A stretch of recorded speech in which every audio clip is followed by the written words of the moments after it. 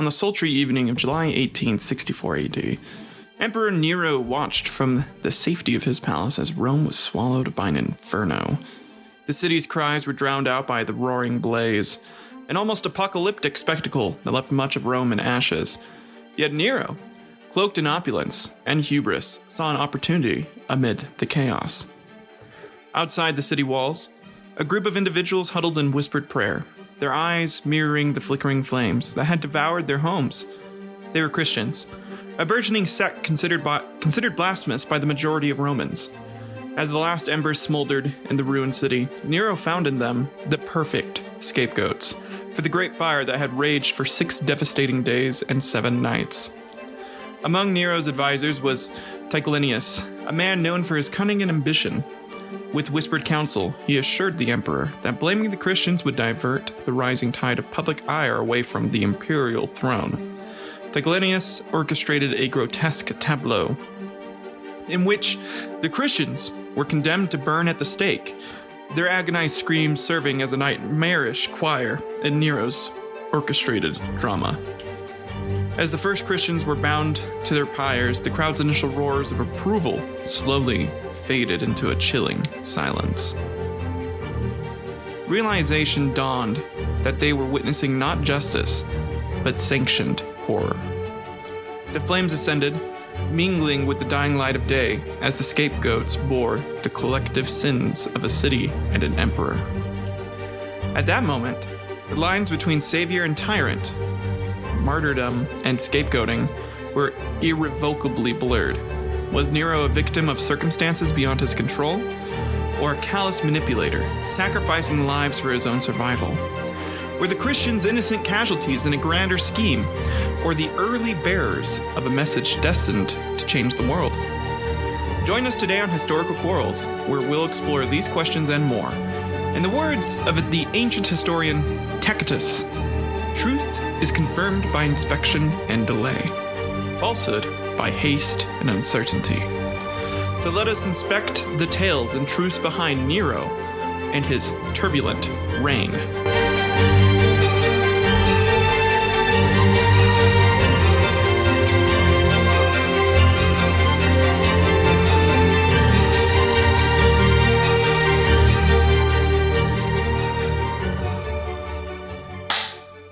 Welcome back, Whirlers! Today's episode is going to be a fun one. I am so goddamn excited to share with you all this story with one of the most notorious Roman emperors at its helm. Heavy NSFW warning for listeners, as always. This show is not for the people who get offended by words crowd or people who think that swearing shouldn't be a part of everyday language. I enjoy pretending to be young again and acting like I just discovered words like fuck, jizz, geometry, and Gamahuchi. And who doesn't love a little Gamahuchi every now and then? Gotta get yourself some more of that Gamahuchi, buddy. I tell you what. If you don't know what that is, that's a Victorian slang for oral sex, or head, as the common slang is now. So it's good shit. Announcements for today. As per the usual, my other podcast, Stereotypical, came out last Thursday. Not gonna lie, I died laughing editing this most recent episode, and I think you guys will have a good time listening to it. So definitely go check that out. Other than that, nothing else too crazy. Just a big shout out to everyone who has been sharing the show and helping it grow. I honestly appreciate it, and y'all kick ass. Seriously. Thank you guys so much.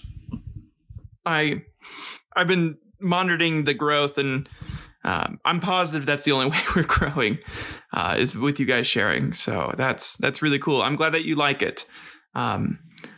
Seriously, if you do like it, feel free to write in. Like, I'll talk to you. I'll message you back and stuff. So, for today's episode, this is actually going to be kind of a new one. I'm kind of doing a series with this. I wanted to name this either Romans versus Christianity or Nero versus Christianity. And really, what I want to do with this is I want to talk about the religious conflicts that happened between polytheism and monotheism during the Roman period, because that's where we get a lot of big changes that happened to monotheism, and why we end up with like modern day Roman Catholicism, which is pretty much just polytheism with extra steps.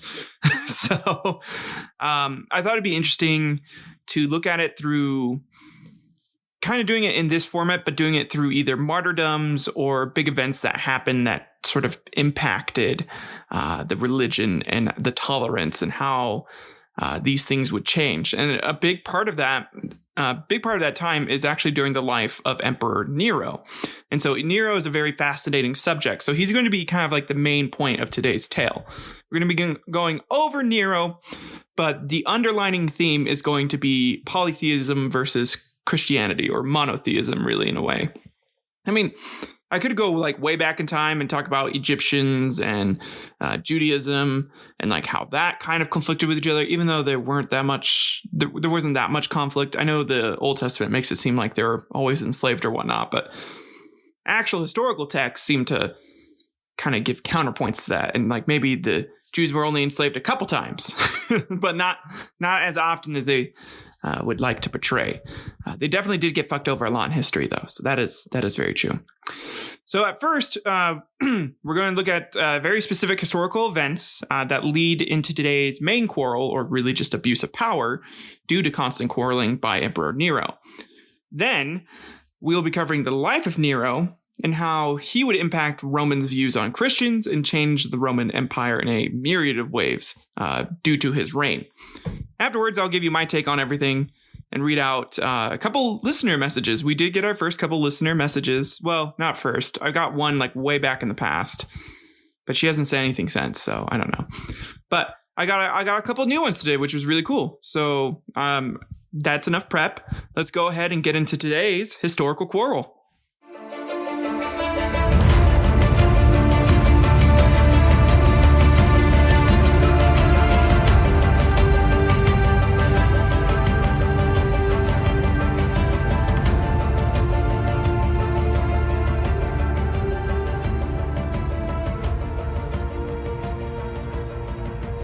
So in 509 BC, we have the Roman Republic established. The establishment of the Roman Republic in 509 BC was a pivotal event that dramatically shifted the socio-political and religious landscapes of ancient Rome. This momentous transformation began with the overthrow of Lucius Tarquinius Superbus, the seventh and last king of Rome, following a series of oppressive acts and the infamous incident involving his son Sextus Tarquinius and Lucretia, a Roman noblewoman. The incident being that he snuck into her room late at night and took a huge shit on her chest. He then forced her with his sword to rub it all over and made her say, "Tam malus sum et in stecore marxidius esse meroror. Quaso cacas en mi plus amabo illum tam valde." Which means I've been so bad and deserve to be filthy wilthy in your shit. Please shit on me more. I love it so much. This, of course, angered Lucretia's husband and father when they learned about it later and led to a revolt. The revolt against the Tarquins was led by Lucius Junius Brutus and Lucius Tarquinius Collatinus. It culminated in the exile of the royal family. The ousting of the monarchy gave rise to the Roman Republic, an innovative political system that sought to distribute power among different branches and bodies, including the Senate and popular assemblies. The Roman Republic was rooted in principles that were distinctly secular. By the way, if you don't know that, I'm fucking with you with the whole shit thing. He raped her. It was really sad. I just figured shitting was like easier to talk about. And also kind of akin. I feel maybe not fully akin, but like I feel like if someone forcibly shat on you, that's like, akin. Maybe not. I don't know. I'd feel pretty dirty afterwards and definitely need a shower if someone shat on me forcibly. Anyways, they were distinctly secular and democratic for their time. Rather than a single autocratic ruler wielding near absolute power, the new republic was governed by two councils, elected annually by the citizens. The councils had checks on their power, most notably the Senate, a body of lifelong members from Rome's aristocratic class that advised them and had significant influence on legislation and foreign affairs. Sound familiar? Well, that's because that's essentially what America is. We're a republic. The presence of popular assemblies like the centuriate and the tribal assemblies allowed even commoners, to a certain extent, say in civic matters. This distribution of power, albeit mainly among the elite, established a governance structure that was revolutionary and enabled Rome to achieve unparalleled cohesion and military strength. It was very effective for its time. Religion during this period was intrinsically tied to the state, but maintained a polytheistic character that was syncretic and accommodative. The Romans worshipped a pantheon of gods and goddesses, each responsible for different aspects of life and governance. Many think that the Romans just stole the Greek gods and chose to worship them, which isn't actually true. What is true is that both the Romans and the Greeks shared the same Indo-European origin, and the Romans would tend to look for similarities in gods they worshipped and just declare them to be the same to one of their gods. You know, if enough similarities were found, like, this guy likes fucking, this guy likes fucking, so that's clearly Bacchus, the god of wine, right? So they do that a lot, much like how we just declare any meat that isn't beef, pork, or veal to taste like chicken. Meaning, even if there are clear differences between a god they worship and the god they encounter, that other civilizations worship, they will just be like, it's more or less just Uranus, just put him in there. This thought process, while being helpful in many regards, as it allowed religious tolerance at first, is honestly the epitome of narcissism, in my opinion. Because think about it, that is a group of people just being so sure that their deities are the correct ones. They're okay with other cultures' gods because they think it's just their deity using a different name. They're like, yeah, no, it's totally cool. It's our god. Just they're calling it a different name. That's fine. It's totally chill. Goddamn. To think like that, to have that sort of firm belief. Good for you. Religious festivals, rites, and sacrifices were not just spiritual activities. They were social and political events that were believed to maintain a harmonious relationship between the gods and the state. Temples dotted the city, and priests, who often held political roles, performed rituals to assure the gods' favor on military campaigns, political endeavors, and even agricultural seasons. Because you gotta make sure you got God helping you with the wheat. I know that's what my grandpa did every morning. Pray and make sure that God was watching over his wheat farm. And, you always had a good harvest. Good for him. The Roman Republic era set the stage for the cultural and religious elements that would later become contentious issues during the Roman Empire, notably under emperors like Nero. The very strengths of the Republic, its openness to incorporating gods from different cultures, its secular governance, and its social mobility became points of fragility when confronted with the rise of Christianity. Christians were monotheistic and exclusive. Very exclusive. You had to be a VIP to get in that club. They refused to participate in the state religious practices that were seen as a cornerstone of Roman identity and governance. By refusing to integrate into the existing religious framework, they put themselves at odds with a deeply rooted system that dated back to 509 BC, sowing seeds for future persecution and conflict. Which is understandable if you think about it. For example, if in your family every night you had something new to eat, and we have a variety of meals from different cultures like tacos one night, spaghetti another night, and so on. And let's say you married someone who came from a family where no matter what they ate, it had rice in it for pretty much every meal. Like it had to have rice, and rice was pretty much the center of the meal. And yes, you could add toppings. I bet you're thinking that it's compromisable because of that. You could just, do the different toppings on the rice, and that should stem the fighting and let both people be happy. Well, that is fucking wrong. Because if rice is the fucking cornerstone, guess what you are never having again? Hamburgers, tacos, gyros, fucking just steak, just regular ass steak. Yes, you could have those ingredients get put onto the rice, but it's not the same. And every time you ate the rice, you'd know in your heart, you're just waiting for either you or your spouse to die so you can finally enjoy nice buns or a taco shell again. Until you eventually realize you and your spouse will live around the same amount of time. And you either are forced to accept your now meager taco-less existence, or change it by convincing the rice-eating asshole they are wrong. But anytime you talk to them about it, they're like, well, this is like what my family has always done, and I can't betray my family by not eating rice. And you're like, all right, well, sure, but you're living with me now. And my family has never just eaten that, and I'm totally cool if we have rice every now and then, but Every meal is honestly ridiculous. And then they're all like, what do you mean ridiculous? How dare you talk about my family that way? I can't believe you say that about them. And you tried to explain by saying I didn't mean it like that. I love your family. I don't love the whole rice every day thing. And think you could switch it up every now and then. Come on. And then they say, well, my family says if I don't eat the rice, then I'll never get to hang out with them when we're all dead. And then you say, well, if all they do is eat rice all day, do you really want to hang out with them when you're dead? And then you have a big fight, and either you accept that your life is that or you divorce. So, moving on. 264 to 241 BC, we have the First Punic War. So, I covered a lot of this already on my episode about the Punic Wars.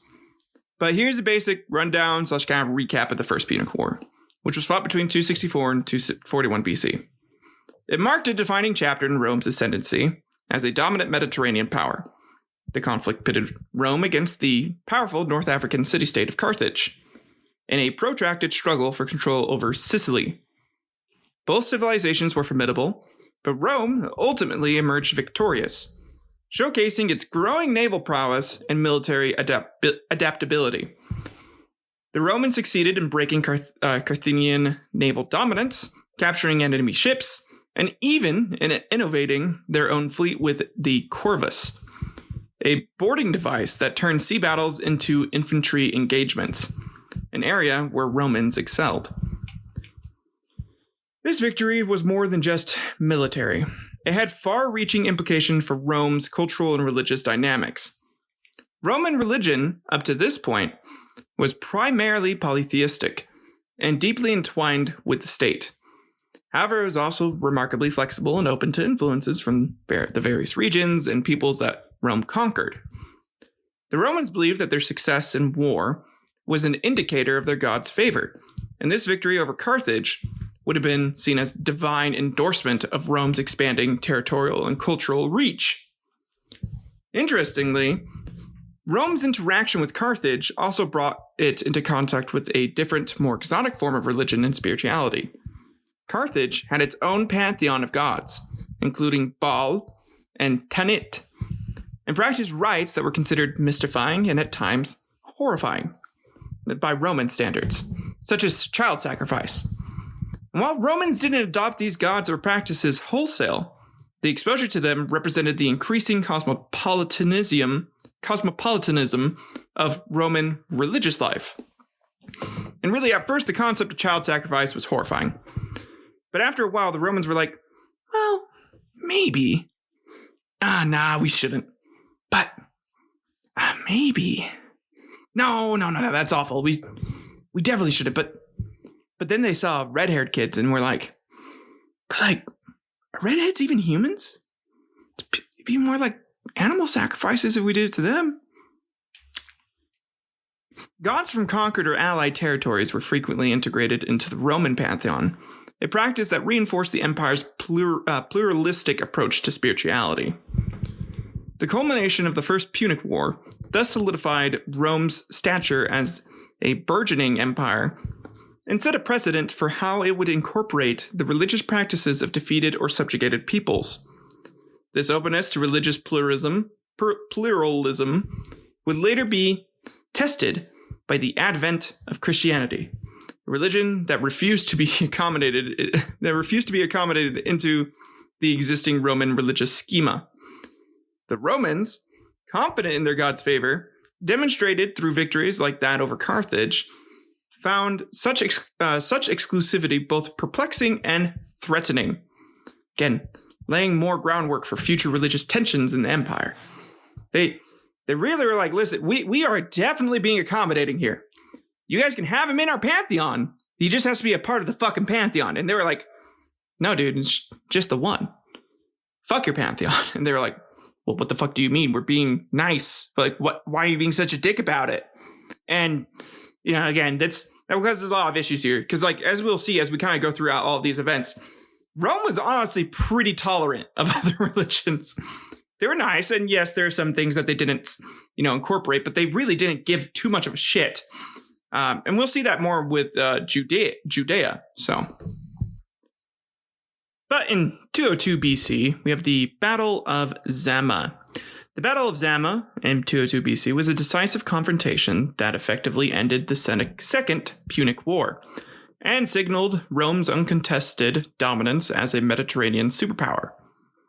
Pitted against Hannibal, the Carthaginian general who had famously crossed the Alps and wrought havoc on Roman soil, Roman forces led by Scipio Africanus achieved a stunning victory.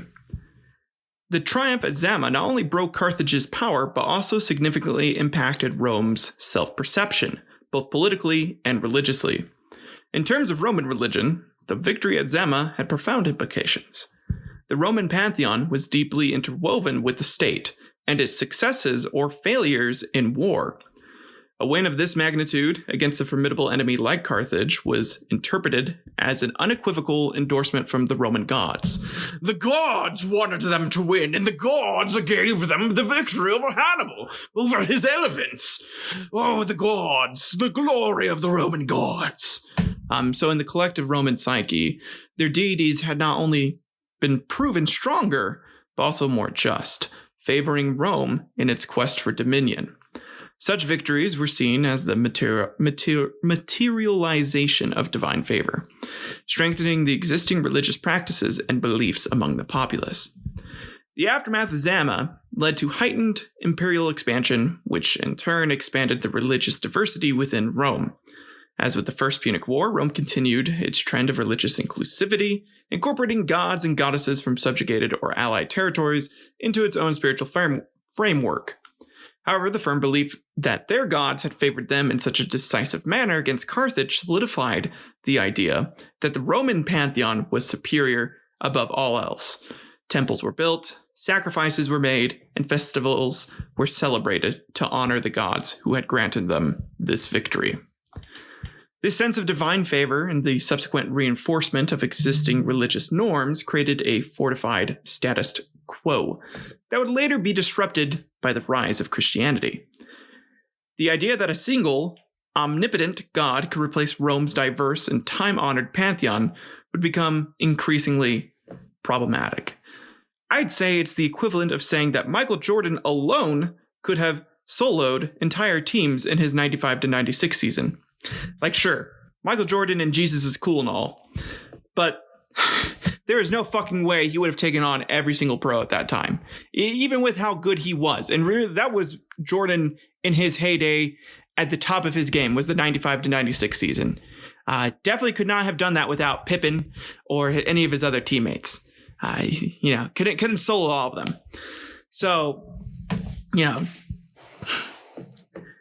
the Romans were essentially like, Jesus is cool and all, but there's no way this guy could beat all of our enemies and help us out with everyday life. You'd need at least like 3 different Jesuses for the main things, like war, food, and fucking. They didn't have 3 Jesuses for that. There was one guy, and it's like, well, can't pray to Jesus to also help me fuck. Like, that's weird. And I also need him to like help me with war and food. That's too weird, man. You go to one guy to help you fuck, and then you go to another guy to help you with war. And so it directly challenged the long-standing belief that Rome's success and survival were tied to its traditional religious practices. A belief powerfully validated by monumental victories like Zama. The stage was being set, again, for a very intense religious clash that would shake the foundations of the Roman Empire. And in 63 BC, we have the conquest of Jerusalem. The Roman conquest of Jerusalem in 63 BC was a significant milestone in Rome's ever-expanding territorial grasp, and was also an introduction to a dramatically different religious and cultural landscape. Led by the Roman general Pompey the Great, the Romans laid siege to Jerusalem and eventually entered the city, annexing Judea into the Roman sphere of influence. The event marked Rome's first direct encounter with Judaism, a monotheistic religion that stood in stark contrast to Rome's polytheistic beliefs. Romans were known for their religious tolerance and had a general policy of incorporating the gods of conquered peoples into their own pantheon. However, Judaism posed a unique challenge because of its staunch monotheism and refusal to incorporate other gods into its belief system.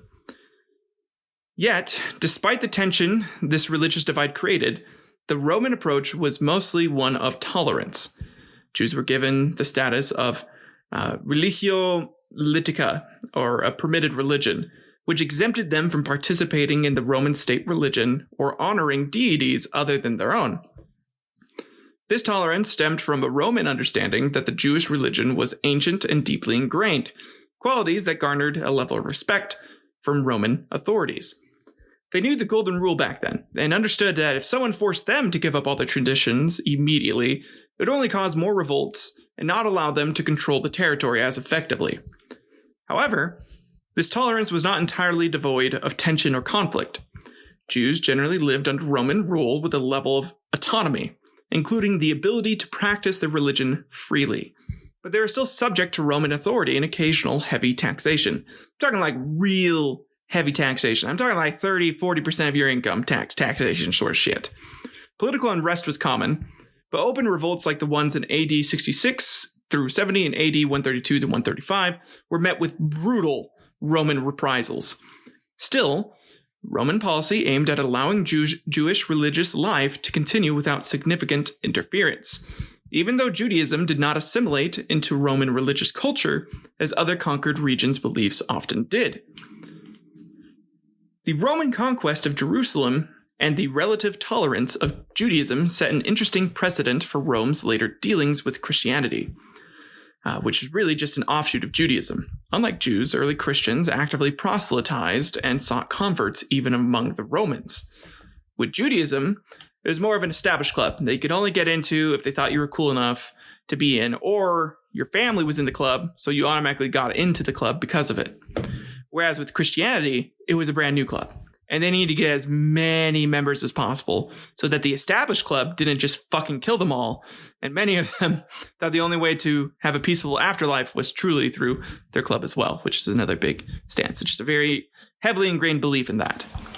This more aggressive stance towards religious expansion was one of the factors that led to greater tension between the Roman state and the nascent Christian community. The existing policy of religious tolerance rooted in Roman dealings with Judaism would be severely tested as Christianity began to spread, challenging the religious and social fabric of the empire. Okay. Then in 44 BC, Julius Caesar is assassinated. The assassination of Julius Caesar on the Ides of March in 44 BC, for you Shakespeare heads, was a watershed moment that plunged Rome into political turmoil and uncertainty. As Caesar lay dead, betrayed by his closest allies and friends, Rome found itself grappling with a power vacuum that ignited a chain of events leading to the demise of the Roman Republic. The period that followed was marked by civil wars, political machinations, and the rise of strongmen like Octavian, who later became Augustus, who would eventually transform the Roman Republic into the Roman Empire, the empire that we all know and love. This era of upheaval had a profound impact on the Roman psyche, creating a widespread craving for stability in every aspect of life, including religion. The Roman pantheon was viewed as an intrinsic part of the state's well-being, and any form of instability could be perceived as a sign of the gods' disfavor. The gods were mad if anything was a little bit unstable. They're like, well, the gods are trying to fuck us here, so maybe we shouldn't fuck with that. Therefore, maintaining religious practices and traditions became increasingly important, as it was thought to directly influence the political stability Romans so desperately sought. Even though, like, if everyone was desperately, giving sacrifices, trying to appease the gods, they didn't realize it was just a bunch of men, just regular dudes being like, well, I want power. No, I want power. No, I want power. I don't know. People back then, some of their thought processes confused me. But I guess if you grew up in a belief where it's like, the gods will really fuck you over if you, fuck around, like everything's going to go to shit if you don't do this. And you grow up believing that as a kid, it's a lot easier to accept. So that's whatever. Religious rituals and observances intensified during this period of uncertainty as Romans sought divine guidance and support. Temples were renovated and restored, sacrifices became grander, and religious ceremonies turned more elaborate. Augustus, in particular, championed traditional Roman religious practices as part of his broader agenda to restore Rome to its former glory. He wanted to make Rome great again. He was the original Donald Trump of Rome. He styled himself as Pontifex Maximus, the chief priest of the Roman state religion, linking political authority with religious legitimacy, something that would later evolve and repeat itself, but with popes and kings. The quest for stability through religious adherence laid the groundwork for the eventual conflicts with Christianity. Christianity, with its denial of the Roman gods and the imperial cult, posed a challenge to the social and religious fabric that had been meticulously woven to maintain stability. The monolithic belief system that the Christians proposed was at odds with the religious pluralism that the Romans believed had contributed to their empire's greatness.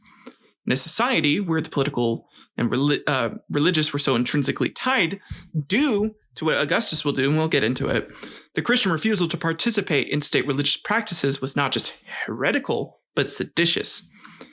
Honestly, I know I will get shit for this, but this really reminds me of how modern Americans would view people who wouldn't say the Pledge of Allegiance out of protest. Many people would call these Pledge of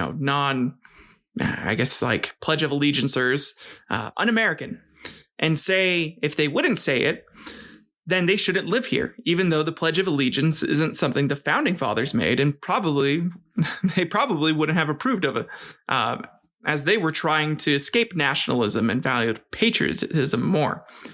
And the pledge is very nationalistic.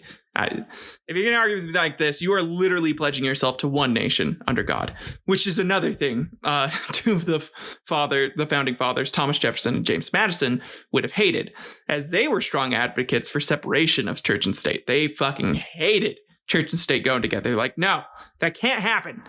And the fact that it became part of the state or the government is a little wild. The Pledge of Allegiance was made in 1892. So way after the founding of America, by a Union officer who tried to use it to teach kids about patriotism.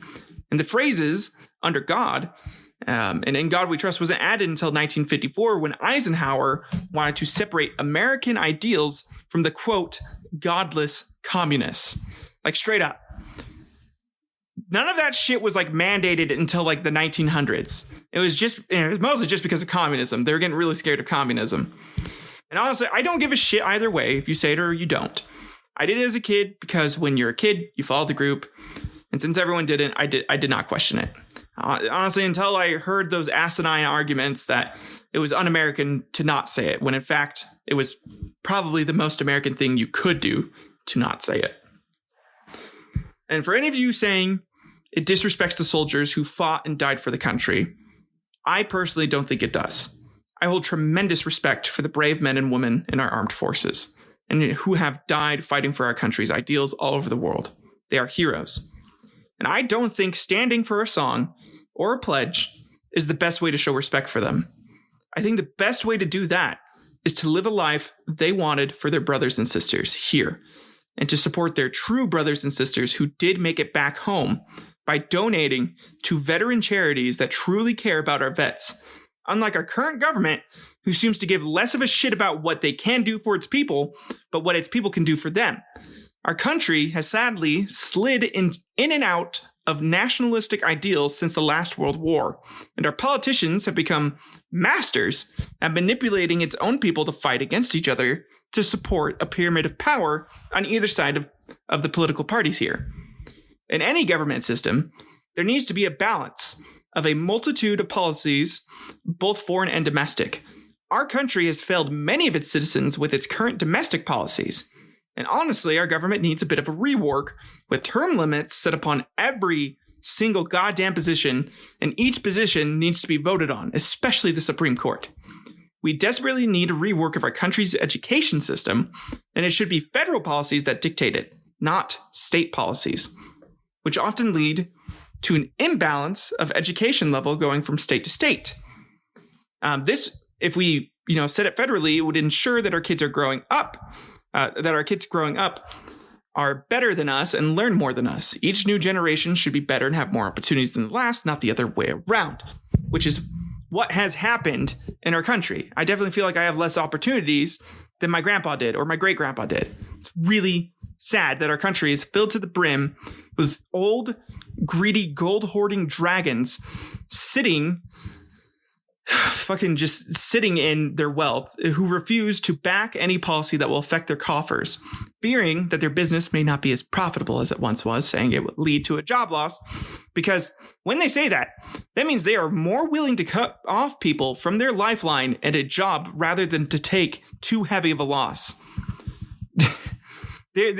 Them saying it's going to lead to job loss isn't like a woe is me. That's them threatening. They're like, yeah, if you do this, people are going to lose their jobs because I'm going to cut them out because I'm the boss. And how fucked is that? Yeah. And people are like, oh, see, they're trying to look out for us. No, they're threatening the politicians. That's what they're doing. Sorry, rant over. If you disagree with me, I'd love to hear your takes on what I just went over. I'll read them out in the next episode and continue the discussion with you. I just find a lot of similarities between our country and its current populace with those of the Roman Empire in its heyday. Like, it's straight up there are so many similarities. It's insane. And potentially the fall of America will be very similar to the fall of fucking Rome. Anyways, as the Roman Empire transitioned from the chaos following Caesar's assassination to the comparative stability under Augustus and his successors, the stage was set, again, for more Roman religious practices to grow and be ingrained into its culture and fabric. The desire for stability had fortified the existing religious structure, making it less accommodating to a belief system that fundamentally challenged its tenets.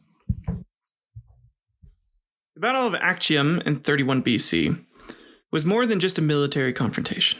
It was a transformative event that sealed the fate of the Roman Republic and heralded the birth of the Roman Empire.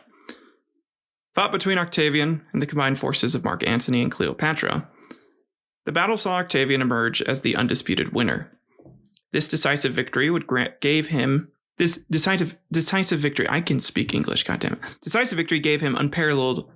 unparalleled political power, which he would later use to reform Rome's governance structure, eventually taking the title of Augustus and becoming the first Roman emperor. One of the significant changes Augustus instituted was the establishment of the imperial cult, a religious practice that deified the Roman emperor. He turned himself into a fucking god. This was a monumental shift in Rome's religious landscape. While Romans had a history of deifying individuals posthumously,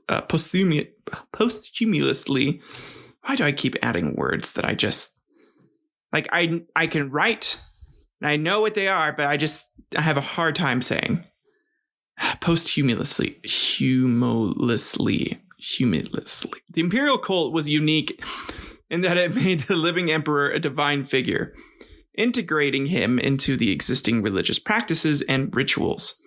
So, if they were having a ritual where it was an orgy and you pretended to be having sex with a god, the emperor would just be in place of that god, and you actually would have sex with the god emperor. This served a dual purpose. It not only elevated the status of the emperor, but also solidified the idea that the empire's stability and prosperity were directly linked to divine favor, effectively intertwining religious devotion and political allegiance, an idea very heavily taken from the current Egyptian system of rule, where each pharaoh was the embodiment of one of their gods, or like a reincarnation, essentially. I think Cleopatra is Isis, and then before that it's usually Horus or, some other god. I don't think Osiris was ever one, but that's better. The imperial cult was not just a formality, but a well-structured, state-sponsored religious system, complete with temples, priesthoods, and rituals dedicated to the worship of the emperor. By integrating the emperor into the divine hierarchy, Augustus ingeniously used religion as a tool to legitimize his rule and unify the empire under a single, divinely sanctioned authority. In effect, the imperial cult created a religious framework that supported the political structure, fortifying the emperor's role as both a spiritual and political leader. Really, it's really genius because, you lead your people in every single aspect of their lives. You tell them what religion they should be. You tell them, where they're going to fight, what they should do legislatively. Like, great way to do it. God kings are great. Kind of feels like you're going back in time a little bit, though. Not going to lie. Because I think the republic system, honestly, was a little more fair, less corrupt. But doesn't matter. People like power. When people can take power, that's what they do. The institutional intertwining of religion and politics deepened Rome's resistance to religious systems that rejected the state gods and the god emperor or divine emperor, like Judaism to some extent, and especially Christianity. Christianity not only refused to acknowledge the Roman pantheon, but also rejected the deification of the emperor, a double affront that was seen as both heretical and treasonous. In a society where the emperor was considered divine, denying his divinity was tantamount to denying the state itself. Like in North Korea, if you go there and you say, well, I don't think Kim Jong-un is a god, you're getting killed. Surprised the Christians didn't think that one through. You're like, this guy who, calls himself a god and shit, I should just say that he's not a god because he's not. But, I should totally say that. Whereas most people, they realize, he's probably not a god, but might not be a smart thing to say to his face. Because I will die. I will definitely die. Surprised they didn't think that one through. You could have just worshipped in silence, buddies. Sure, sir, I'm sure your god would have been fine with that. Thus, the Battle of Actium and the subsequent establishment of the Roman Empire and the imperial cult really sets the stage for all these confrontations that are going to start coming through now. Because whereas before Rome was honestly pretty accepting and tolerant, they have become increasingly less tolerant. And really the crazy part is, by essentially calling the emperor a god, this is really going to get to Nero's head. And I think this is part of the reason why Nero is fucking crazy, besides the fact that he's related to Caligula. Doesn't matter. So, yeah, the tensions would reach a boiling point during the reign of later emperors like Nero, who found convenient scapegoats in minority religious groups such as the Christians. It wasn't just the Christians, though. Other people did get fucked over too, but mostly the Christians.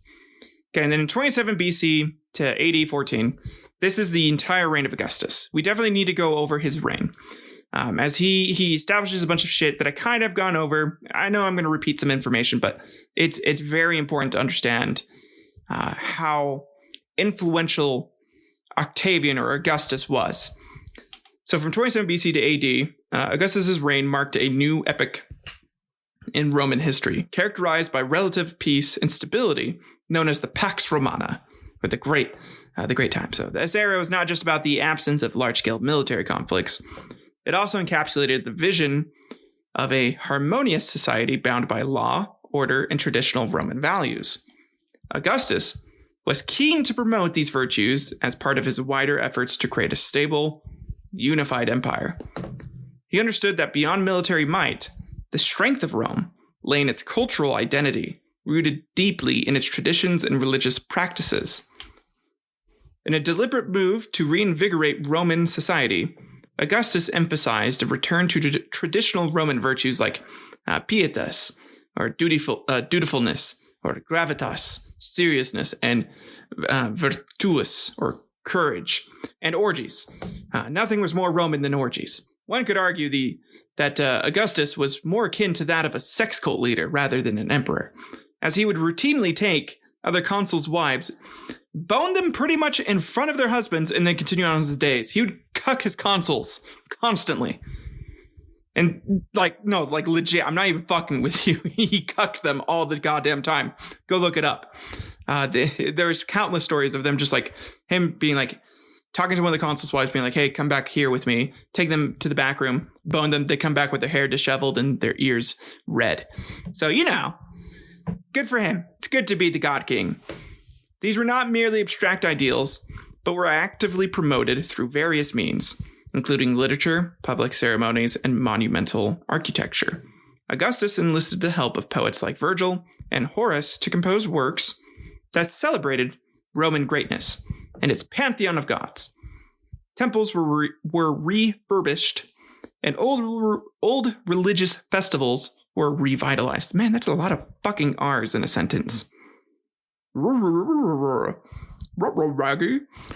All in an attempt to foster a sense of unity and shared identity among Romans. Parallel to this cultural resurgence was the state-sponsored veneration of the imperial cult. which seamlessly integrated Augustus into the religious fabric of Rome, which I definitely went over. But he essentially created the model where political loyalty was synonymous with religious devotion.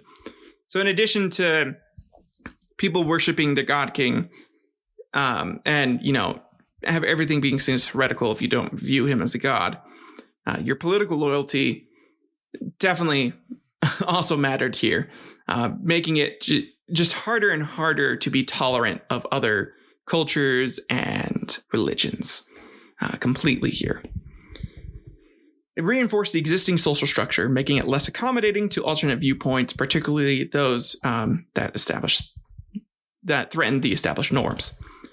Despite the outward appearance of unity and peace during the Pax Romana, this period of calm masked underlying tensions. While the majority subscribed to the state-sanctioned religious practices and traditional virtues, not all groups were willing to conform. Among these were the Judaish cults, Judaism, and Christians, who openly challenged the established religious and social order and refused to participate in the imperial cult at all, and their dedication to a monotheistic faith clashed with the empire's religious framework. And this is where we have the birth of Christ. And it's not just Christians, but like Judaism right here as a whole. They're definitely fighting back a little bit. They're like, nah, I don't want to be a part of your shit. Don't want to be part of your cult. And then in 4 BC, this is the approximate birth of Jesus Christ, represented a pivotal moment, not just for the followers of the new faith that would eventually become Christianity, but also for the Roman Empire. Even though it did not realize it at the time, born in Bethlehem, in the Roman province of Judea, Jesus grew up in a world that was under Roman rule, but deeply influenced by Jewish tradition. Around AD 30, he began his ministry, disseminating teachings that were viewed by many as radical and a stark departure from traditional Jewish beliefs. Like not taking someone's eye out for taking your eye out. And, Jesus' message would emphasize the direct relationship with God, the power of love and forgiveness, and the coming of a kingdom not of this world. His teachings drew large crowds and gained a dedicated following. But they also stoked controversy. Among the Jewish religious authorities, Jesus' ideas were seen as heretical and subversive, a challenge to the existing religious order. He essentially is taking what they've been teaching and flipping it on its head, and they're like, whoa, hold up, buddy. You're using my words, but then you're flipping it, and you're saying that those should be my words. The hell, fuck you. So his acts, such as healing on the Sabbath or claiming to forgive sins, were provocative in a society deeply committed to religious law and tradition. For the Roman authorities, any form of social unrest or religious dissent was a cause for concern, as it threatened the political stability of the region. And they were in the Pax Romana. They're like, listen, my people are happy. I ain't trying to fuck with shit. And Jesus' growing influence became increasingly hard to ignore. They're like, he's causing a lot of issues. I don't really want to deal with this. And so his eventual arrest, trial, and crucifixion reflected both Jewish religious leaders' unease with his teachings and the Roman government's interest in maintaining social order. Jesus, more or less, was just a casualty of the Romans being like, okay, I don't want any fighting. I don't need any revolts happening. Keep him happy. Just fucking kill him. Like, they didn't give a shit. They're like, just kill him. They didn't really give a shit about like him being, the son of God or whatever. They're like, we have lots of demigods in our religion, buddy. Neat. Essentially. So his crucifixion was in part a Roman effort to quell what they perceived could be a politically destabilizing force. Okay, so let's get into that crucifixion now, which is between approximately AD 30 and 36. It was a seminal event that significantly influenced the religious and political climate of the Roman Empire, even if its immediate impact wasn't fully recognized by the Roman authorities at the time. Charged with blasphemy and viewed as a threat by the Jewish religious establishment, Jesus was crucified. A form of execution that was both agonizing and socially shameful, usually reserved for criminals and rebels against the state. However, contrary to the expectations of both the Roman rulers and Jewish religious leaders, Jesus' death did not suppress the burgeoning movement he had initiated. Rather, it fueled it. He was a martyr. In the wake of his crucifixion, Jesus' disciples claim that he had risen from the dead, bolstering the resolve of his followers and adding a layer of divine significance to his teachings. This narrative of resurrection transformed the crucifixion from an end into a beginning, catalyzing the spread of the Christian faith throughout the Roman Empire. Early Christians began to organize communities, share resources, and most importantly, proselytize, winning converts not just among the Jews, but also among non-Jewish communities. This proliferation of Christian belief presented a quandary for Roman authorities. Unlike other religious groups, Christians refused to make sacrifices to the Roman gods or to venerate the emperor as divine, practices that were considered fundamental for maintaining the social and political fabric of the empire. This refusal was not just an act of religious dissent. It was viewed as an act of political subversion, challenging the principles that held the Roman Empire together. They're like, these motherfuckers, y'all, listen, I conquered you. You do what I say. God damn it. This is what your God King wants. You do what God King says, or you get God King's dick. And they chose to get God King's dick. While initially, the Romans might have seen Christianity as a sect of Judaism, it soon became apparent that this new movement had a different character altogether. The Roman policy of religious tolerance was predicated on the notion that the local gods could be incorporated into the Roman religious landscape. However, the monotheistic and exclusivist nature of Christianity made such accommodation impossible. Christian beliefs directly undermined the syncretic and pluralistic religious environment that Rome had fostered to maintain unity across its diverse empire. Therefore, the crucifixion of Jesus Christ, rather than silencing a controversial preacher, instead ignited a religious movement that would pose profound and lasting challenges to the Roman Empire. Over time, this would lead to periods of persecution, most infamously under emperors like Nero, who would exploit the Christians as convenient scapegoats for larger social and political issues, which is very convenient. Yeah, that's what you do.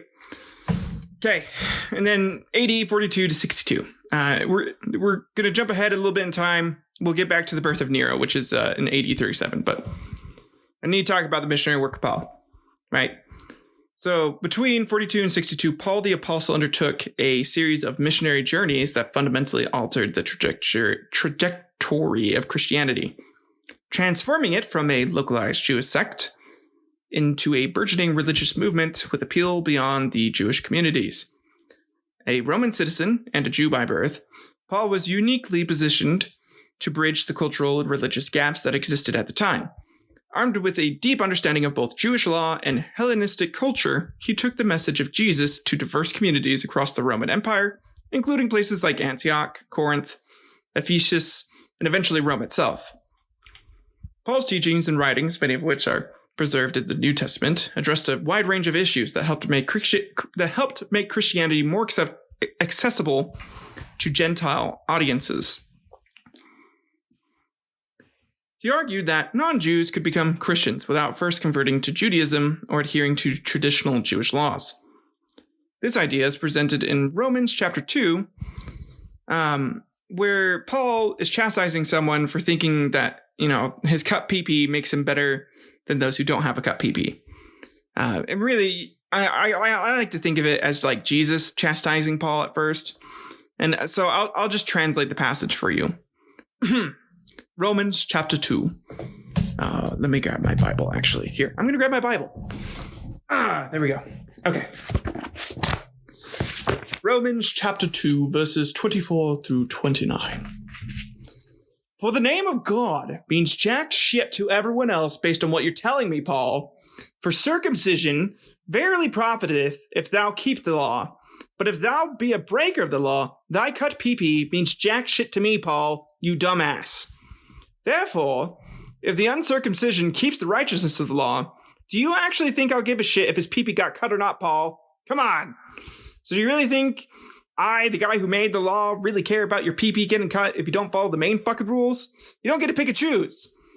For he is not a Jew, which is one outwardly, neither is that circumcision, which is outward in the flesh.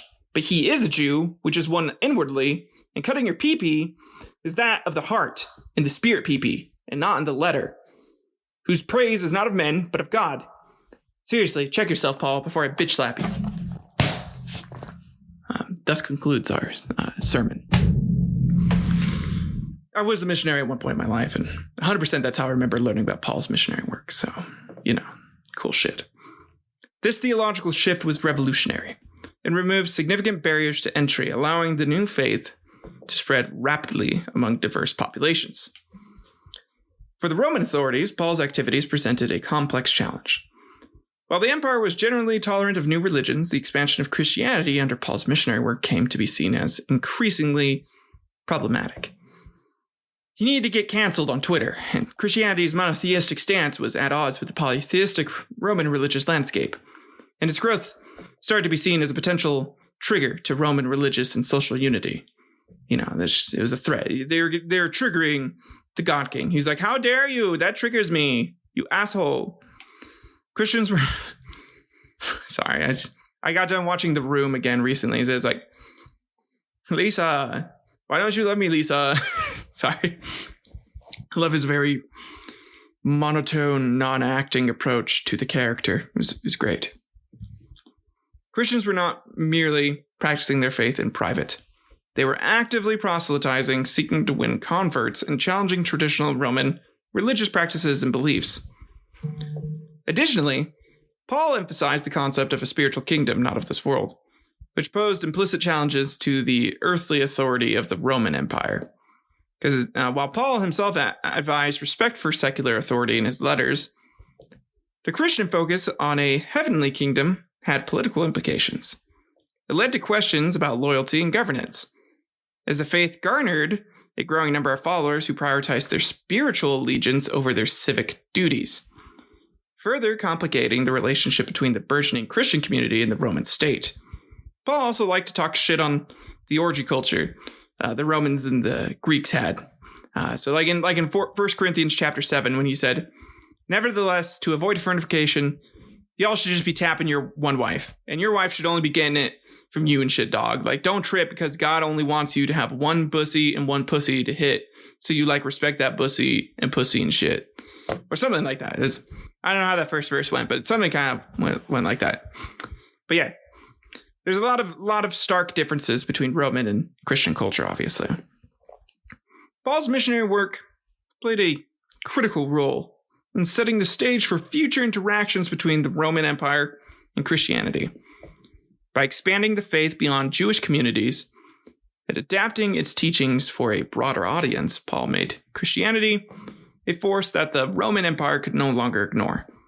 The success of his missionary activities set the stage for later, more systemic conflicts and persecutions, including those by emperors like Nero. So let's go ahead and get into Nero then.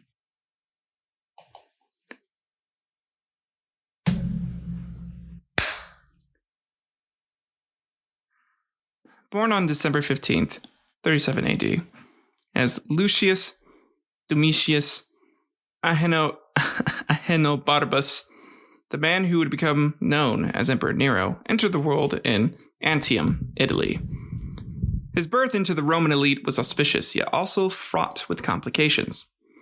He was the great-great-grandson of Augustus, Rome's first emperor, on his mother's side.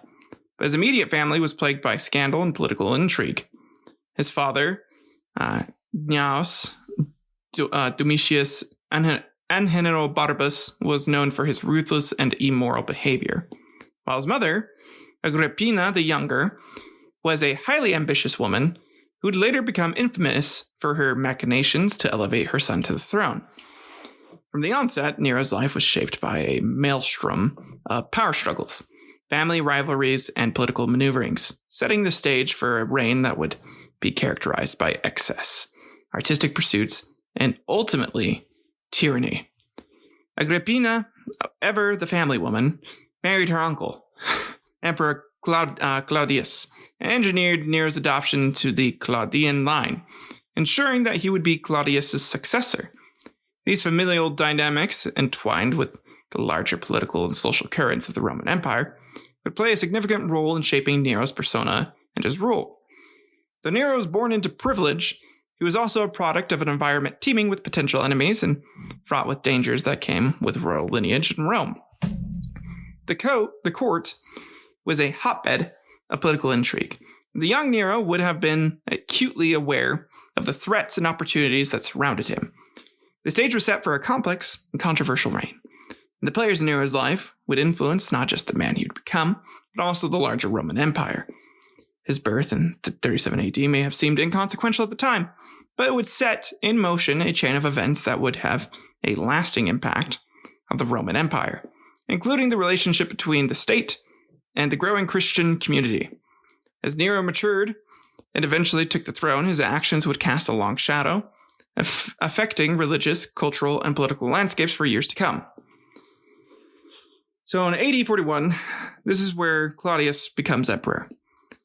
Following the dramatic assassination of the infamously cruel and unpredictable Emperor Caligula, his uncle Claudius found himself thrust into the role of the new Roman emperor. Considered a surprising and somewhat unlikely choice due to his physical disabilities and scholarly temperament, Claudius would prove to be a more competent ruler than many had initially thought. His reign marked a departure from the flamboyant and dangerous successes of his predecessor, with Claudius focusing on administrative reforms and territorial expansion. Significantly for the young Nero, Claudius's ascension to the throne would bring his own family into the imperial spotlight. As in AD 49,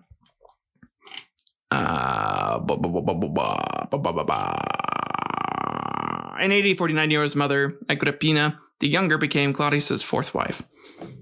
Known for her political acumen and ruthless ambition, Agrippina sought to secure the throne for her son, Nero, maneuvering to eliminate any potential obstacles to this end. She persuaded Claudius to adopt Nero, despite the emperor having a biological son, Britannicus, thus positioning Nero as heir apparent. Which definitely didn't cause any issues for them. Totally safe move to pull to have your son become heir like that. That's not going to piss off anybody. He definitely wouldn't. No one would try to kill him if you did something like that. That's how you keep your kids safe. Fucking ambitious asshole. Goddamn.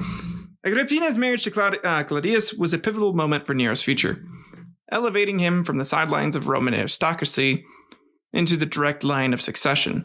Agrippina worked tirelessly behind the scenes to ensure that Nero received the best tutors and the attention of influential Roman politicians and military leaders, grooming him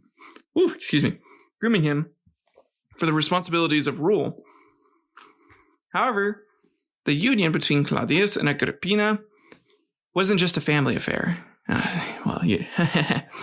Yeah, keeping it in the family there, and just gotta be boning your uncle and shit, I guess, to go up in the ranks. It had wider and political and social implications. And by the way, boning your uncle in Roman times, definitely normal, apparently. Lots of, even guys did it with the other guys, just to get ahead. So, The consolidation of power within a single family raised concerns among the Roman Senate and other elites who feared the increasing centralization of authority. The marriage also signaled a significant shift in the dynamics of the Roman court, as Agrippina began to exercise considerable influence over state affairs. And they thought women totally shouldn't have that much power. For them, even the fucking Christians agreed with them. And when their main guy, Paul, was spreading that message all over, he said something very similar to how they viewed it in 1 Corinthians 14:34. Let your woman keep silent in the churches, for it is not permitted unto them to speak, but they are commanded to be under obedience, as also saith the law. Because, if they talking shit, y'all know boys' clubs is over, and this is really just for the boys. Religion's for the boys. It was just a boys' club. Thus, Claudius's ascent to the throne in AD 49 and his subsequent marriage to Agrippina really sets the stage for Nero's rise to power here. And then in AD 50, a pivotal event occurred that would have far-reaching implications for him. with his adoption by Emperor Claudius. With this legal and symbolic act, he became known as Nero Claudius Caesar Drusus Germanicus, and was catapulted to the front of the line of succession, leapfrogging over Claudius's biological son, Britannicus, because fuck Britannicus, apparently. The adoption was more than a mere formality. It was a calculated political maneuver, orchestrated by Nero's ambitious mother, Agrippina the Younger, who is now securely positioned as the Empress. And she was an empress, goddamn. The adoption caused a seismic shift in the Roman political landscape. While adoptions were not uncommon, as a means of securing a line of succession, this particular adoption was tinged with scandal and controversy.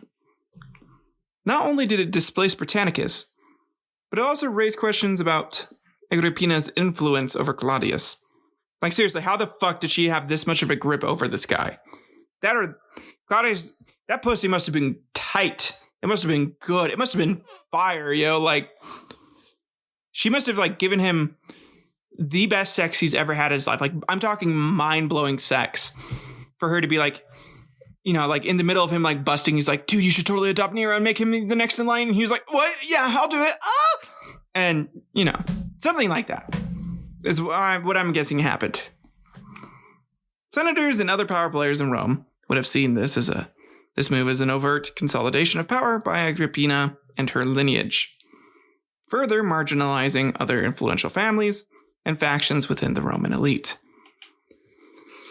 Also, further causing more issues for Nero, as he would now be kind of a target, and people would definitely scorn him a little bit. The event had a personal impact on him, who was now being groomed with a singular focus to become the next emperor of Rome. He would have been acutely aware of both the privileges and the burdens that his new position entailed. On the one hand, he now had access to the best education and mentors Rome could offer. On the other hand, he was thrust into a cauldron of political rivalry, an expectation that would have been daunting for any teenager to navigate. Could you imagine being 13 and fucking doing that shit? I bet you can't. I bet you would also go crazy. I definitely would go a little crazy had that shit happen. Had my mom, like, boned my uncle that made me, like, the ruler of a giant fucking empire. I would have been like, what? Was not expecting this shit. Okay, cool, neat. The adoption also added a layer of complexity to Nero's relationship with Britannicus. Once family members through their respective mothers, who were sisters, they are now rivals for the highest position in the Roman Empire. Set the stage for a tension-filled environment. Because he couldn't hang out with his cousin anymore and just have fun. It was more of like, you know, if he hung out with his cousin, he was probably going to die and get stabbed in the back. Thus, Nero's adoption in AD 50 was not just a significant personal milestone, but also a moment of political and social importance for Rome. It set into motion a chain of events that would eventually culminate in Nero's ascent to the throne, while also sowing the seeds for future conflicts and controversies that would define his reign.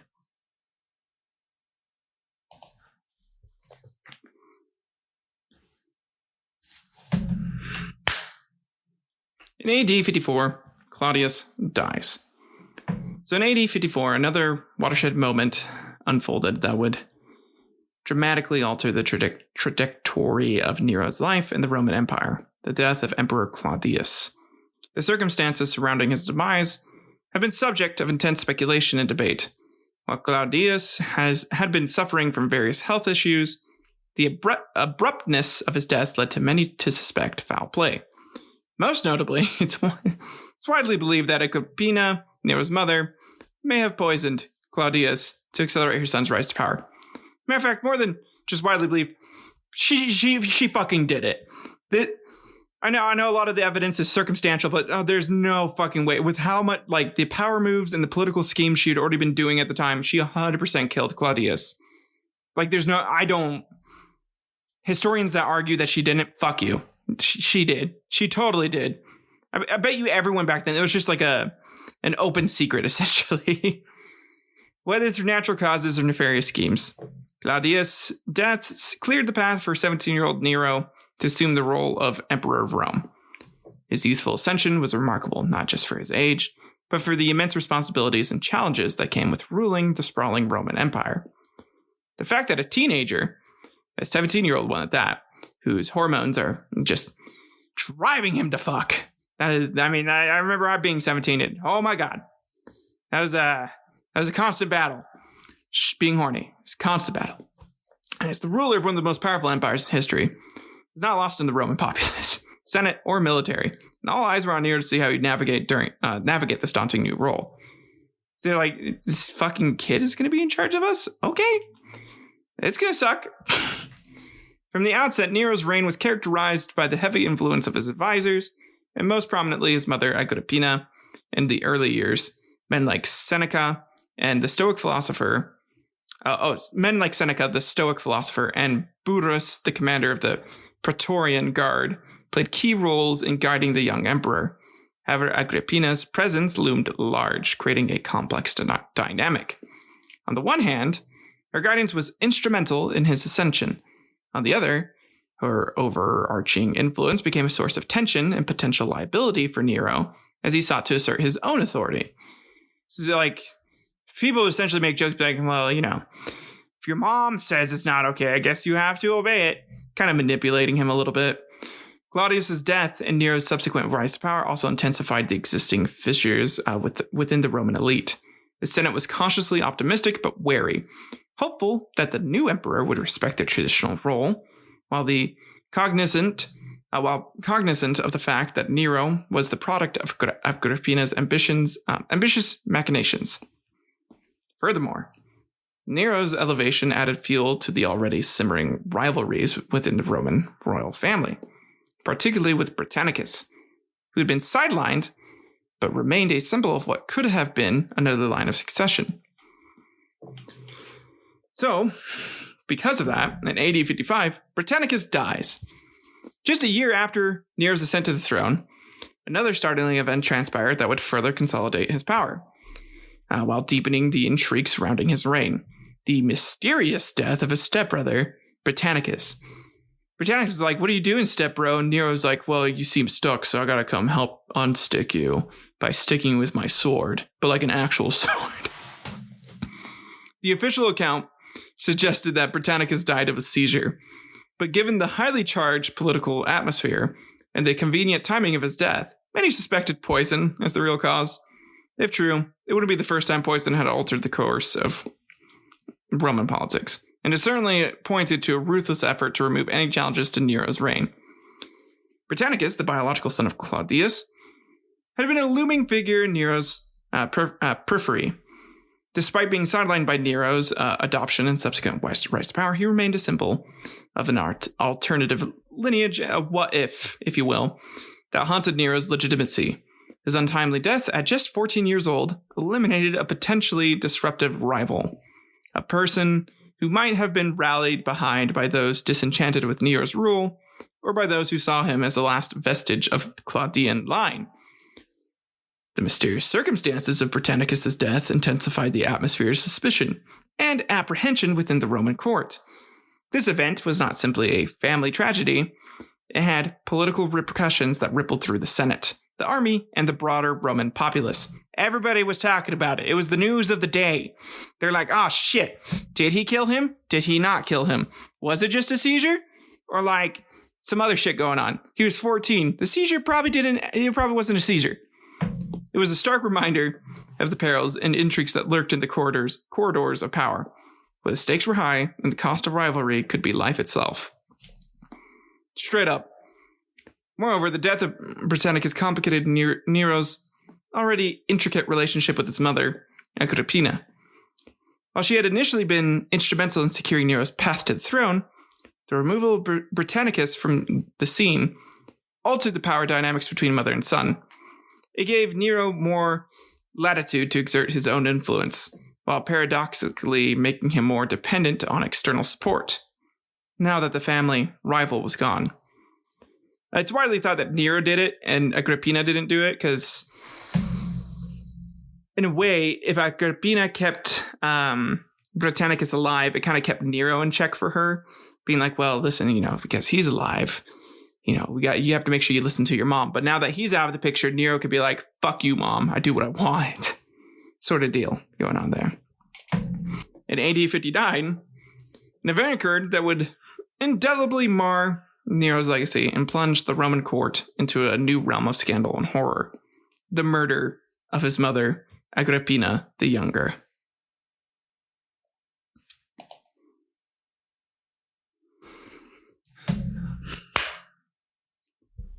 This act of matricide was a shocking breach of both Roman law and basic societal norms, and it represented a grim turning point in Nero's reign. Ostensibly, the murder was carried out to end Agrippina's incessant meddling in the state affairs, but it undoubtedly had more complex motivations entangled in a web of power, fear, and familial strife. Meaning he was probably a really angry, not teenager at this point. Let's see. Oh, 18. He's still, so 59. He'd have been 22. So just kind of angry about a bunch of shit that he didn't have control over, and his mom kept, interfering in his life, and he was like, fuck you, mom, and then finally was like, kill her. Just kill her. Up to this point, Agrippina had been a formidable presence in Nero's political life. Her ambition and political acumen had been key factors in guiding him to the throne, but her influence had become a double-edged sword. Her domineering presence not only irked Nero, but also complicated his efforts to exert independent authority. The power dynamics between mother and son had become increasingly fraught, filled with tension and thinly veiled animosities. Kind of both of them were threatening each other a bunch. Agrippina would be like, well, I have all this power. I could totally fuck you over, son, if you decide not to listen to your mom. And then Nero was like, I'm the emperor. I'm a god. I can do what I want. The ramifications of Agrippina's murder reverberated throughout the Roman Empire. It shattered any remaining illusions that Nero's reign would adhere to traditional moral or ethical codes. The Senate, which had long harbored reservations about Nero, found itself in an even more precarious position, forced to navigate the capricious moods and actions of an increasingly unpredictable emperor. For the Roman populace, the matricide also had religious implications, as such a crime was considered an affront to the gods, tarnishing the sacrosanct image of the imperial family. Remember, they are gods. He is a god emperor at this point. Moreover, the act of matricide opened a Pandora's box of political instability. With Agrippina's death, Nero lost not just a mother, but also an advisor who, for all her perceived meddling, had considerable experience and intelligence. She was smart as fuck. I mean, she got her son to be emperor. God damn, that takes a lot of intelligence. Her absence made room for new advisors and favorites who may not have had Nero's or Rome's best interests at heart, contributing to the erratic governance that would characterize the later years of his reign. So the murder of Agrippina was not just merely a family tragedy, but a critical juncture in the trajectory of Roman history. It definitively marked Nero as a ruler willing to transgress the most fundamental boundaries of morality and law to secure his own power, casting a shadow of infamy that would endure long after his death. It set the stage for tumult, excess, and upheaval that would come to define Nero's rule, ensuring that his reign would be one of Rome's most controversial and talked about chapters. Not only that, but because of this event, and because of him essentially committing blasphemy, despite being the one who is viewed as a god, it caused a lot of, shelves to break for a lot of the Roman populace that were still into the polytheistic and, the Roman pantheon. They were like, well, hold up. The gods, and this has been this way for, 100 years now. The gods have said, this is a no-no. And he did the no-no, which means he can't be a god. Wait, what? Hold up. What? Shit like that happened, and this is why we'll start to see a lot of the Roman populace come over to Christianity and monotheism. And then in AD 60 to 61, we have Boudica's revolt. The Roman Empire faced one of its most notable challenges during Nero's reign, Boudica's revolt in Britain. Boudica, the queen of the Iceni tribe, led a ferocious uprising against Roman rule, incited by oppressive taxation and the humiliation suffered by her family at the hands of Roman officials. Like being forced to rub shit all over their chests and be like, oh, I like it so much. Will you please shit on me? I love to be filthy, wilthy. Shit like that. Yeah, there's just very Roman. It became a very Roman tradition after Sextus did it. Okay, you shit on people's chests, they rub it in, and you make them say that phrase. It's a kink. Don't kink shame. The revolt was not just a localized skirmish, but a major insurrection that saw the sacking of Roman towns, including Londinium, modern-day London, and the killing of thousands of Roman civilians and soldiers. The uprising presented Nero with a dilemma that went beyond mere military strategy. It forced him to consider the very tenets of Roman imperial policy. The initial losses led Nero to contemplate withdrawing Roman forces from Britain, a move that would have had significant consequences for the empire's territorial integrity and reputation. It would have suggested that Rome, the purported center of civilization and might, could be humbled by, quote-unquote, barbarians. However, ultimately, Nero decided against withdrawal. The Roman military, led by General Gaius Suetonius Paullinus, managed to quash the revolt in a decisive battle. While the immediate threat was eliminated, the episode had long-lasting implications.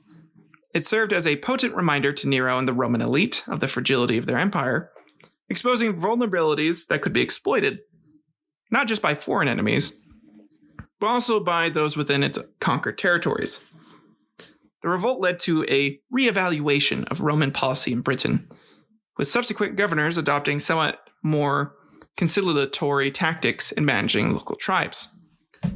Additionally, the revolt and its suppression reinforced the image of Nero as a military leader, albeit one who was willing to entertain strategic withdrawal when faced with stiff resistance. It was a demonstration of both Nero's pragmatism and his ultimate commitment to maintaining the empire's expansive footprint. This episode would be part of the larger narrative that would define Nero's reign, a volatile mix of military challenges, political intrigues, and ethical controversies. And then in AD 62, Seneca retires. So in Nero's inner circle, the forced retirement of his advisor, Seneca the Younger, who was a Stoic philosopher, statesman, and one of the most brilliant minds of his day, Seneca had been instrumental in guiding Nero during his early years of rule. His influence was seen as a moderating factor on the young, impulsive emperor, helping him navigate the complex waters of Roman politics and ethics. The bond between Nero and Seneca had been so strong that Seneca even acted as a speechwriter and tutor for Nero, crafting some of his most memorable public addresses. However, as Nero's reign progressed, the relationship between the two soured. Seneca's Stoic philosophy, with the emphasis on virtue, restraint, and ethical governance, increasingly clashed with Nero's extravagant lifestyle and autocratic tendencies. As other influences, some less virtuous than Seneca, began to hold sway over Nero, Seneca's position became untenable. His retirement was less a matter of choice and more of an outcome of deteriorating circumstances at the imperial court. The departure of Seneca had immediate and far-reaching implications. With his exit, Nero lost not just an advisor, but also a moral compass. You know, kind of like the cricket in Pinocchio. That guy who acts as like your conscience.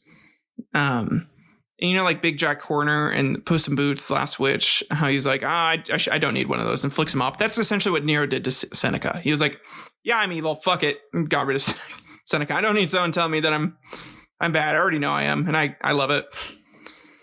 So the absence of Seneca's moderating influence cleared the way for Nero to surround himself with sycophants and enablers who would neither challenge his whims nor guide him with wisdom. The Roman elite, already wary of Nero's capriciousness, became even more apprehensive, sensing that the emperor was now unmoored from any steadying guidance. In many ways, Seneca's retirement heralded the onset of a more unstable, unpredictable period in Nero's reign. It marked the severing of one of the last links to the traditional Roman virtues that Seneca epitomized. With his exit, the stage was set for excesses, misjudgments, and ultimately, the downfall that would characterize Nero's later years.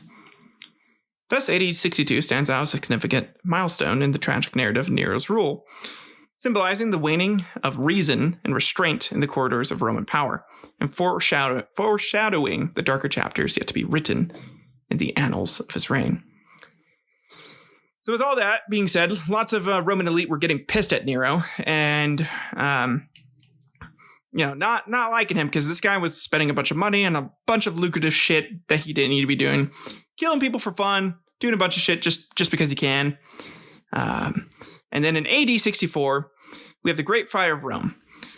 An event occurred that would forever be etched into the annals of history and become synonymous with Nero's rule, the Great Fire of Rome.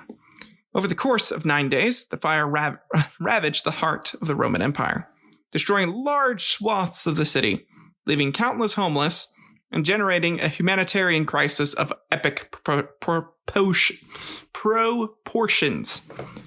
Saying that Nero fiddled while Rome burned has lived on through the ages. Although it's important to note that this is likely apocryphal. The fiddle did not even exist in Nero's time, and reports suggest that he was actually outside of Rome, rocking out on an electric guitar. He was like jamming out some Pink Floyd, some Led Zeppelin. He was playing himself. He was amazing at the electric guitar, actually. Now, could you fucking imagine, though? It's just Rome's ablazing. He's like having like a metal concert. Fuck yeah, I could see that. I'd be down. I'd watch that. Be dope. But anyways, many reports suggest that he was actually outside of Rome when the fire broke out. What is undisputed, however, is Nero's decision to blame the Christians for this catastrophic event. So, here we are. This is almost the pinnacle of what happened here. The burgeoning Christian community was already viewed with suspicion, as their monotheistic beliefs stood in stark contrast to Rome's polytheistic religious framework. By pitting the disaster of the Christians, Nero seized an opportunity to galvanize the public sentiment against this marginalized group and deflect the blame from himself. This got him more popular with the entirety of the Roman populace. He got a lot of heat off him by burning people. This led to a horrifying campaign of persecution involving grotesque public executions and tortures, as Nero tried to quell the rising tide of discontent and suspicion against his own rule. Many people really thought that Nero had some of his own men essentially start the fire just for fun, and so he could rebuild Rome in his own image. Fucking crazy. Which he might have. Who knows? The fire itself and subsequent scapegoating of the Christians were watershed moments, not just in his reign, but in the history of Christianity and the Roman Empire as a whole. It was the first instance of state-sanctioned persecution of Christians, a dark harbinger of what was to come in later years. Nero's actions permanently altered the relationship between the Roman state and Christianity, setting a precedent for future emperors to legitimize persecution as a tool of governance. Beyond its immediate impact, the Great Fire of Rome and the persecution that followed deepened the social and moral divides within the empire. While the event was a tragedy on its own terms, its aftermath revealed the extent to which Nero was willing to manipulate public sentiment and sacrifice minority communities for his own political survival. Hitler would later embody this using the Jews, using Judaism and the Jewish people very much in the same way, being like, well, listen, all this bad shit's happening because of them. He just did the same shit that Nero did. It was just absolutely evil. It showcased Nero as the most Machiavellian, willing to exploit disaster for personal gain, even at the cost of countless lives. The year AD 64 really stands as an inflection point in Nero's reign, revealing the depths of his political opportunism and the lengths he would go to consolidate power. It also marks the turning point for the fledgling Christian community, as it moved from being a sect viewed with suspicion to becoming a persecuted minority, setting the stage for very complex, fraught relationship with Rome, with the Roman state for years to come. And this is typically where I'd end the quarrel, but that is not the case today. So I'm going to go over a couple more things because like I said, this is going to be more of a series. I'm going to finish out Nero's life today. We'll go into a review of this. I'm going to reveal to you next week what the next part is, which is going to be a few more. It's going to be persecution, and it's going to lead up to the Holy Roman Empire, well, really, it's going to lead up to Constantine and Roman Christianity finally merging and becoming one. We're going to talk about the Nicene Council and everything, too. It's going to be really fun. I'm really excited for this kind of series. I love this stuff. I love talking about this history because I always kind of get mad at some people when they're like, well, Roman Catholicism is the right church. I'm like, fuck, no. If anything, you're the first thing from it. You're basically just, you're pagans with extra steps. And that's because the emperor, Constantine, needed to make sure his people still enjoyed the religion somewhat. So, continue on. In AD 65, we have the Sionian conspiracy, which was a plot to assassinate Nero. It becomes uncovered, and several senators and officers are executed, including Seneca. So upon unmasking the plot, Nero's response was swift and brutal. Several senators and officers were executed and forced to commit suicide. That's right, he forced them to kill themselves, effectively purging his court of perceived enemies. Perhaps the most prominent figure to be implicated was Seneca, Nero's former advisor, who was ordered to take his own life. Seneca's death not only marked the tragic end of one of Rome's greatest philosophers, but also represented the extinguishing of one of the last moral lights within the Roman elite, further darkening the atmosphere of Nero's reign. Basically, he snuffed out every bit of like moral compass that was in the Roman Senate or like the elite at the time. And everybody was corrupt as fuck at this point. So then we have AD 66. Nero's increasingly eccentric behavior reached new heights as he embarked on an artistic tour of Greece. While Rome simmered with internal strife and external challenges, the emperor chose to participate in various artistic and athletic competitions, a decision that left many in his empire baffled and disenchanted. This wasn't merely a casual vacation. Nero took to the Greek stage with zeal, performing as a musician, poet, and actor, even declaring Neronia a festival of arts in his own honor. Oh, man. Yeah, could you imagine? Like, people are just, like, fucked over, starving, and he's like, guys, listen to, like, this music that I did. It's like that scene from The Red Dragon, where he's, like, showing the news reporter different pictures he's taken of like the people he's killed. He's like, do you see it's Nero with like his music or his art, like, do you see? And he's like, yes, oh my god, yes. But that was all of Rome. The indulgent detour was viewed by many as the dereliction of duty, an escapade that further distanced him from the responsibilities of governance. Nero's antics in Greece were not just self-indulgent, but also politically tone-deaf. At a time when the empire needed a steady hand, the man at its helm seemed more concerned with garnering applause in foreign theaters rather than managing a sprawling, complex state. His absence from Rome and the obvious delight he took in Greek culture were interpreted by many as a sign of Nero's increasing detachment from Roman affairs, a costly perception for an already unpopular ruler. Nero's Grecian sojourn also drew the ire of the Roman Senate and elite, who saw it as an affront to traditional Roman virtues of duty, stoicism, and martial valor. The Senate was already a hotbed of resentment against Nero for forcing people to commit suicide, and his artistic escapades further eroded his already tenuous relationship with this important governing body. The Roman populace, too, began to question Nero's fitness to rule, feeling discontent that was already festering due to his luxurious lifestyle, erratic behavior, and the brutal suppression of dissent. You argued with him, you fucking died. Did not matter. You did not even have to commit any crimes. All you had to do was argue with him. He was like, nope, you're dead. Real dictator. Real dick. Although Nero returned to Rome claiming triumph in various competitions, the so-called victories did little to bolster his image. Rather, they crystallized the notion that Nero was a leader lost in his own artistic fantasies, neglectful of the tangible crisis that loomed over his empire. The year AD 66 thus became the emblematic of Nero's disengagement from his role as emperor, a glaring instance for Nero's prioritizing personal gratification over imperial stewardship. Really, in retrospect, his tour is the harbinger of his downfall. And after this, we have the First Jewish-Roman War in AD 66 to 70. The Roman Empire was embroiled in the First Jewish-Roman War, a conflict that erupted in the province of Judea.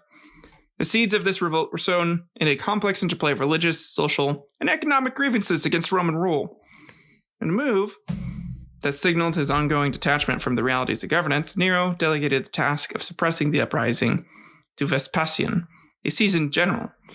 At the very least, it was a seasoned general, right? Like he didn't just like give it to some like officer. He's like, yeah, here you go.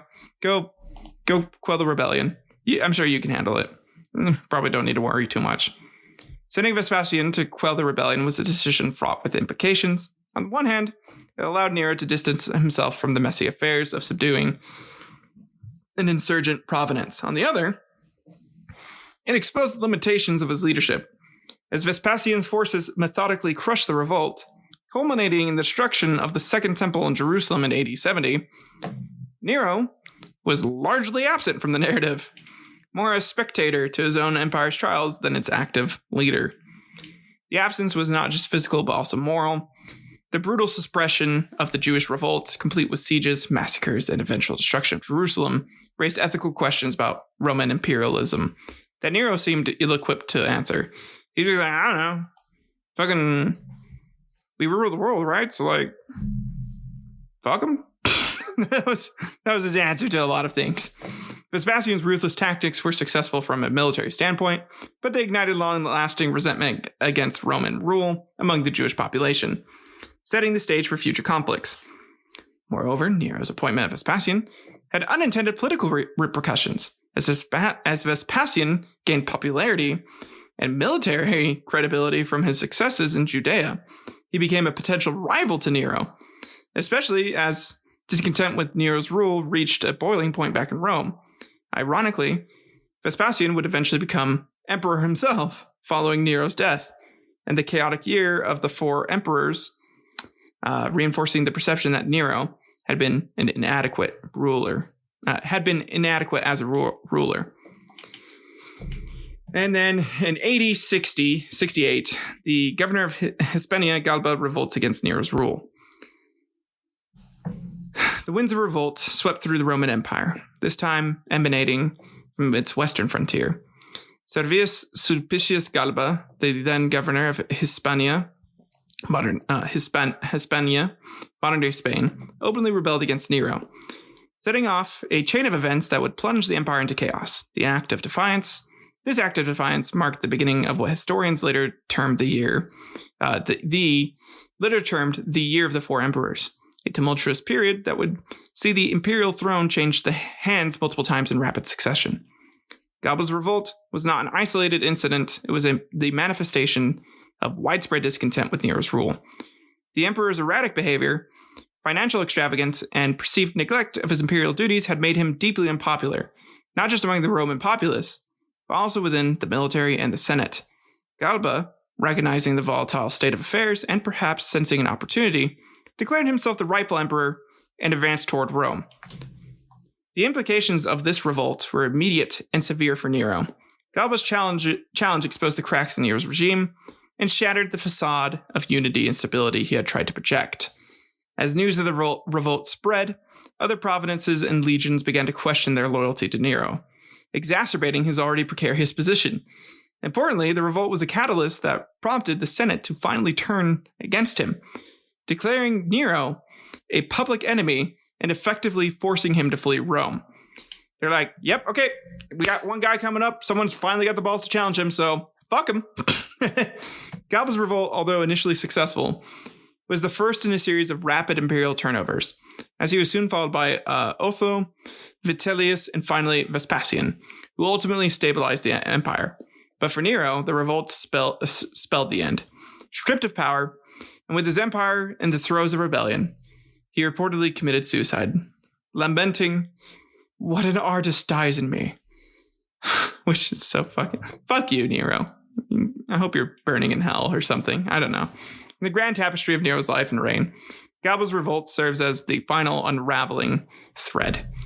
It was the climax of years of deteriorating governance, a moment that crystallized the widespread discontent with Nero's rule and led to his ultimate downfall. In this sense, Galba's rebellion was not just a revolt against an emperor, but the tipping point in a broader crisis of leadership that had plagued the Roman Empire under Nero's stewardship. And that ends today's historical quarrel.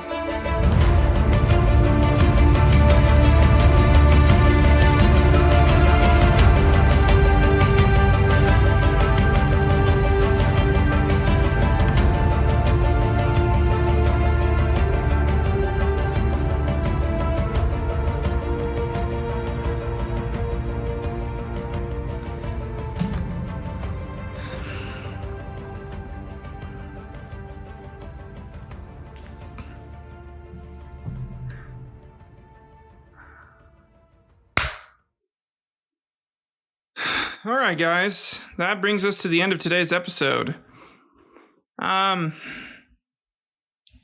of my main thoughts on this, besides like the whole political rant that I went on, is just how many similarities there are between us, like the U.S. here in America, and the Roman Republic / Empire, and how religious destability caused a lot of discontent within the politics and how intertwined, or really how dangerous it is for any government to have intertwined politics and religious practices.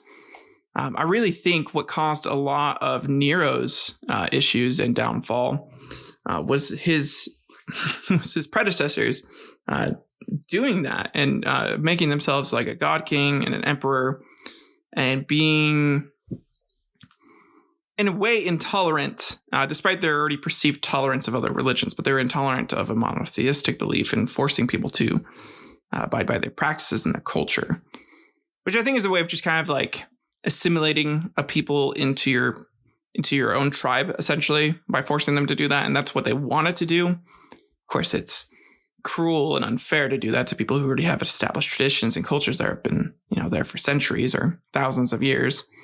But it was a way to do it. And the Romans really excelled at that.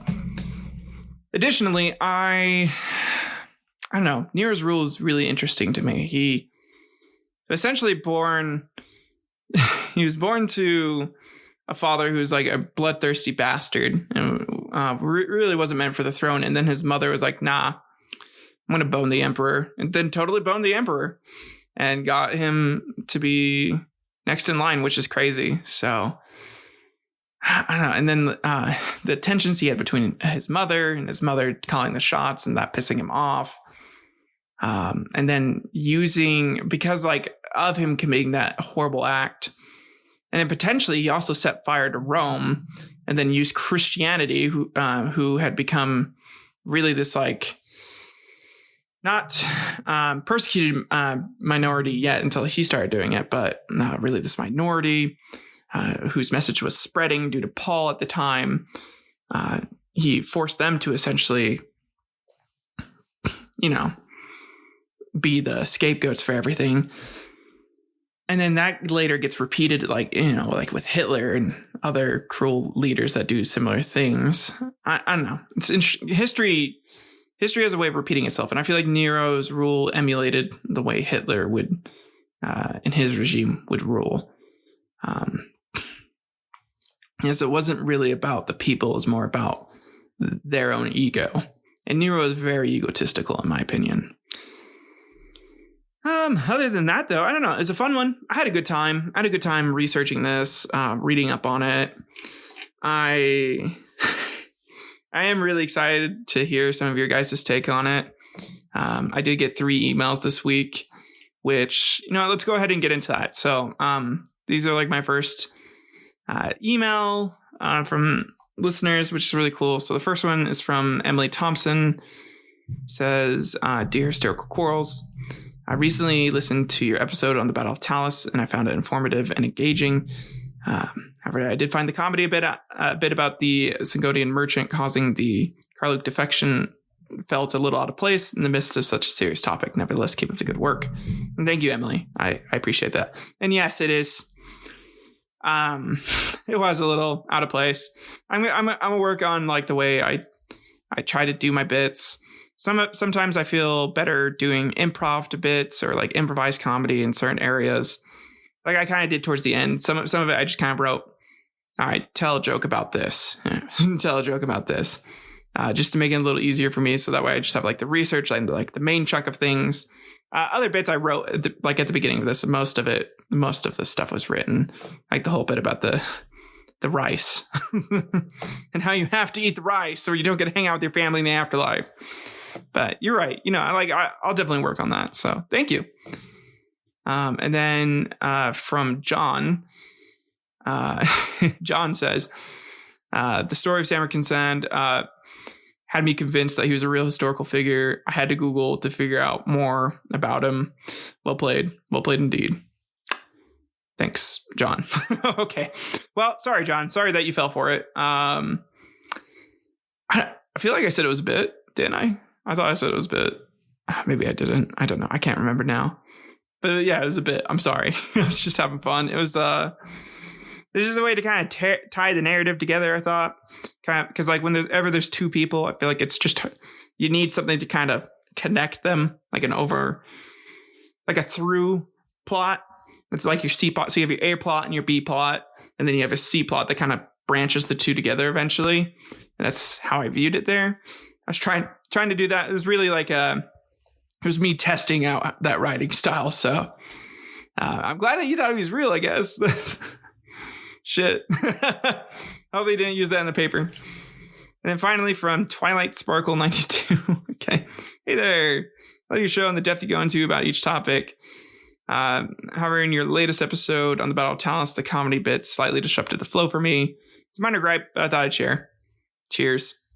Twilight Sparkle 92. Well, Twilight Sparkle 92. Sorry.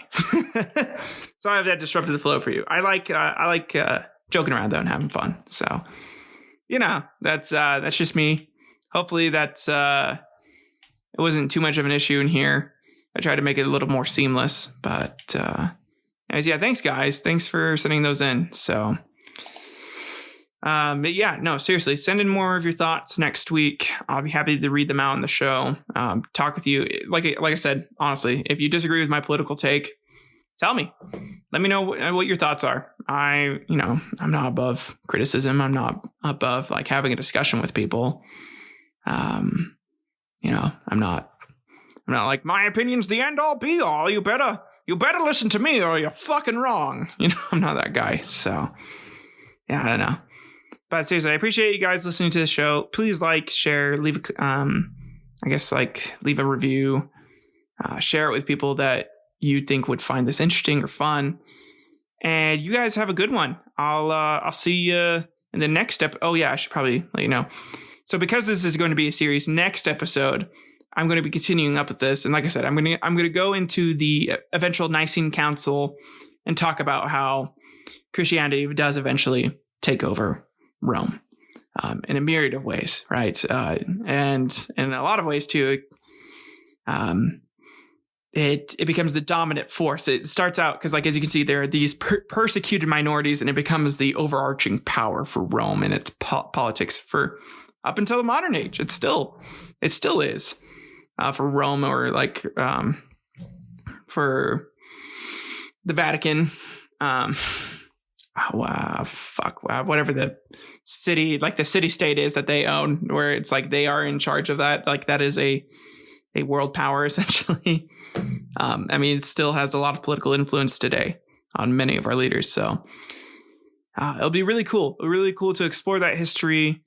And sorry if you're Roman Catholic, but you're about to have your religion kind of dismantled in front of you, because really your religion was made by a emperor who decided he needed to appease his Roman population, and he couldn't keep fighting battles against Christianity and monotheism. So, and that's why you have saints today, and why you have to go through saints to try and get to Jesus for some reason. It's because of him and subsequent popes. So have fun. Have fun. If you're a Roman Catholic, you probably won't listen. That's fine. If you're a staunch believer, but if you're not a staunch believer, you don't give a shit, then good for you. Good for you for not being an asshole, I guess. You guys have a good one. I'll see you in the next episode. Bye-bye.